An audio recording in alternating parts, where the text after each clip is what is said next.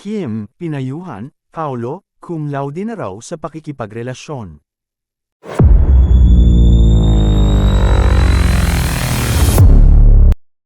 Kinilig ang fans nina Kim Chiu at Paolo Avellino sa pinost ng aktor na litrato na nasa parehong lugar din ng photo ng aktres.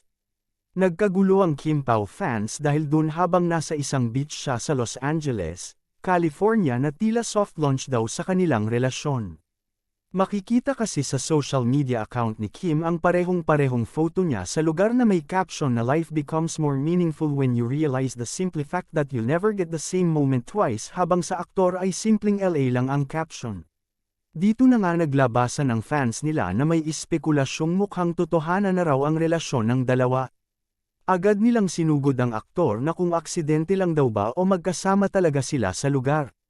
Mukhang ito raw ang panahon na magkasama sila pagkatapos ng ASAP California event nila. Marami ang kinilig at marami rin ang nakialam at nagbigay ng babala sa aktres.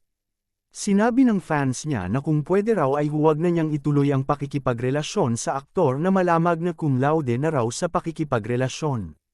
Nakita raw kasi nila kung paano nito ginawa ang halos lahat ng naging leading ladies niya kasama na si Casey Concepcion. Pero may nagtanggol naman sa kanya na baka nga raw naman sawa na ito sa pagkabinata at kay Kim na mapunta. Naging responsableng ama naman daw ito sa anak nila ni LJ Reyes na si Aki. May fans din na nagsabi na madalas daw makita ang dalawa na magkasama sa gym.